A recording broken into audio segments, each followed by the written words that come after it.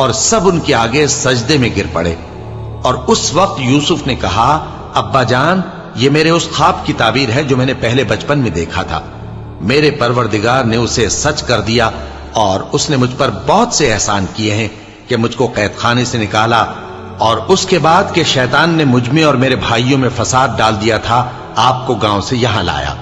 بے شک میرا پروردگار جو چاہتا ہے تدبیر سے کرتا ہے، وہ علم والا ہے، حکمت والا ہے۔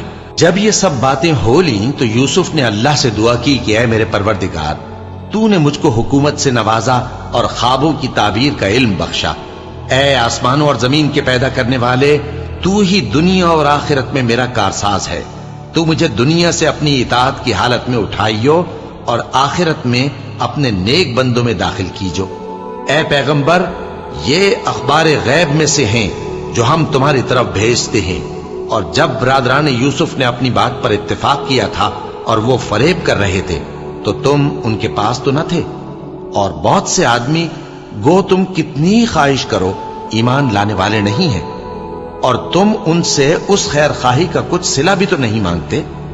یہ قرآن اور کچھ نہیں تمام جہانوں کے لیے نصیحت ہے، اور آسمان و زمین میں بہت سی نشانیاں ہیں جن پر سے یہ گزرتے ہیں اور ان کو نظر انداز کر دیتے ہیں، اور یہ اکثر اللہ پر ایمان نہیں رکھتے مگر اس کے ساتھ شرک بھی کرتے ہیں۔ تو کیا یہ اس بات سے بے خوف ہیں کہ ان پر اللہ کا عذاب نازل ہو کر ان کو ڈھانپ لے، یا ان پر ناگہاں قیامت آ جائے اور انہیں خبر بھی نہ ہو؟ کہہ دو میرا رستہ تو یہ ہے، میں اللہ کی طرف بلاتا ہوں سمجھ بوجھ کر، میں بھی لوگوں کو اللہ کی طرف بلاتا ہوں اور میرے پیراؤ بھی، اور اللہ پاک ہے اور میں شرک کرنے والوں میں سے نہیں ہوں۔ اور ہم نے تم سے پہلے بستیوں کے رہنے والوں میں سے مرد ہی بھیجے تھے جن کی طرف ہم وہی بھیجتے تھے۔ کیا ان لوگوں نے ملک میں سیر و سیاحت نہیں کی کہ دیکھ لیتے کہ جو لوگ ان سے پہلے تھے ان کا انجام کیا ہوا؟ اور متقیوں کے لیے آخرت کا گھر بہت اچھا ہے، کیا تم سمجھتے نہیں؟ یہاں تک کہ جب پیغمبر نا امید ہو گئے اور انہوں نے خیال کیا کہ اپنی نصرت کے بارے میں جو بات انہوں نے کہی تھی اس میں وہ سچے نہ نکلے، تو ان کے پاس ہماری مدد آ پہنچی۔ پھر جسے ہم نے چاہا بچا دیا، اور ہمارا عذاب اتر کر گناہگار لوگوں سے پھیرا نہیں کرتا۔ ان کے قصے میں عقل مندوں کے لیے عبرت ہے۔ یہ قرآن ایسی بات نہیں ہے جو اپنے دل سے بنائی گئی ہو، بلکہ جو کتابیں اس سے پہلے نازل ہوئی ہیں ان کی تصدیق کرنے والا ہے، اور ہر چیز کی تفصیل کرنے والا، اور مومنوں کے لیے ہدایت اور رحمت ہے۔